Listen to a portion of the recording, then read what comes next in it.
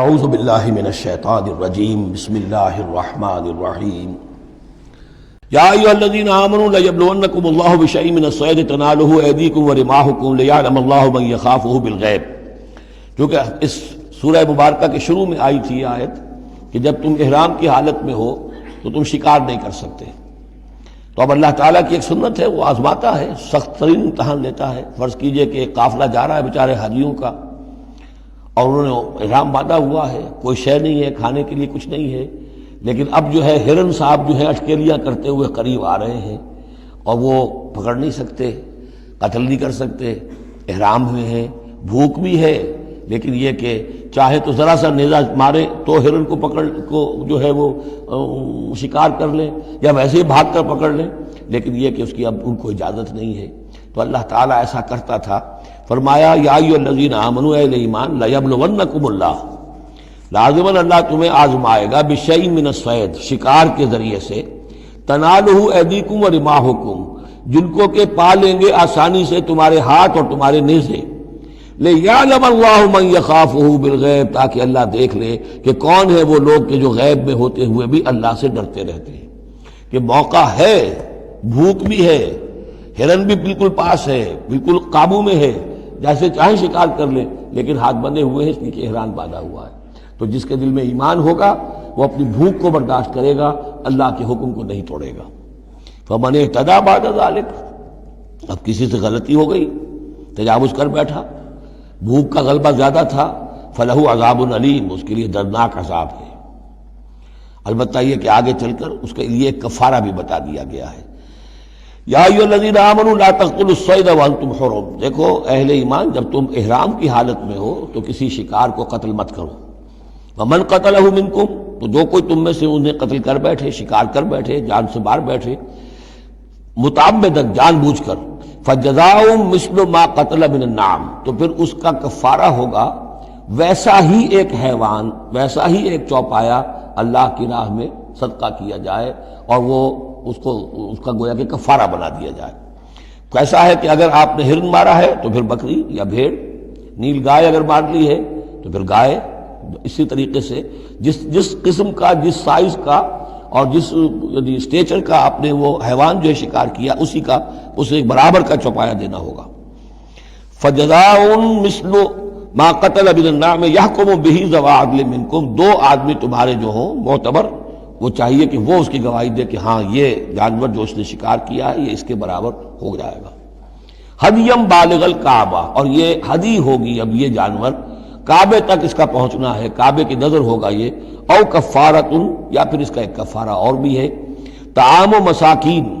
کچھ مساکین کو کھانا کھلانا، صدقہ فطر کے حساب سے ہے یہ جو فقہا نے لکھا ہے، او عدل ذالک صیامن، یا اتنے ہی روزے رکھنا۔ وہ بھی دیکھنا ہوگا کہ جانور جو تھا، بکری تھی، ہرن تھا، کتنے آدمی اس کو کھا سکتے تھے، اتنے آدمیوں کو کھانا کھلاؤ، یا پھر اتنے دن کے جو ہے وہ عدل ذالک صیامن، روزے رکھو، لیذوق وبال امرہ، تاکہ وہ اپنے کیے کا کی سزا جو ہے وہ پالے۔ عفا اللہ عما سلف، اللہ معاف کر چکا ہے جو کچھ کے پہلے ہو چکا۔ ومن عادا، لیکن جو پھر ابھی دوبارہ کرے گا، اعادہ کرے گا، فینتقم اللہ منہ، تو اللہ تعالیٰ اس سے انتقام لے گا۔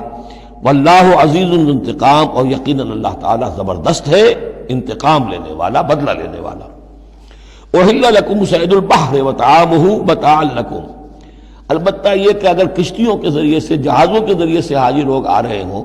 تو ان کے لیے چھوٹ ہے، وہ احرام کی حالت میں بھی جو مچھلی ہے اس کا شکار کر سکتے ہیں۔ احل لکم صید البحر،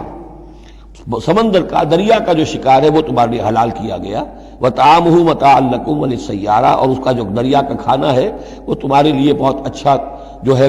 فائدے کی چیز ہے، اور سب مسافروں کے لیے۔ اور آج آپ کو معلوم ہے کہ یہ سی فوڈ جو ہے یہ دنیا میں کس قدر یعنی اب معروف بھی ہے، محبوب بھی ہے، مقبول بھی ہے، اور بہت سی برائیوں سے اور بیماریوں سے بچانے والا بھی ہے۔ سی فوڈ یہ تو اب ایک بڑا سمجھیے کہ پوری دنیا کے اندر غذا کا ایک نیا خزانہ ہے کہ جو سامنے آیا لوگوں کے۔ تو فرمایا وطعامہ متاعا لکم وللسیارہ، اس کا جو طعام ہے جو سمندر کے اندر اللہ نے پیدا کیا ہوا ہے، مچھلیاں ہیں یا اور کوئی اسی طریقے کی اللہ نے تمہارے لیے کھانے کی چیزیں پیدا کی ہیں۔